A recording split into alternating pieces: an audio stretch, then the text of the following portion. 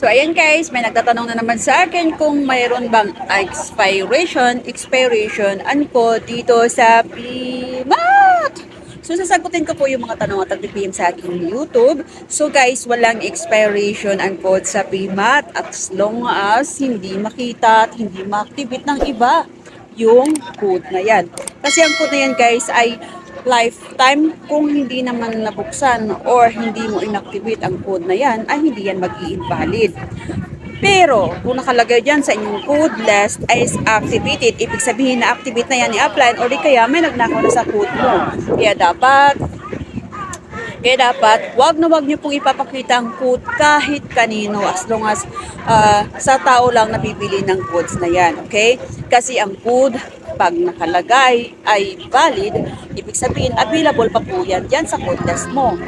Pero, pag mayroon ng available,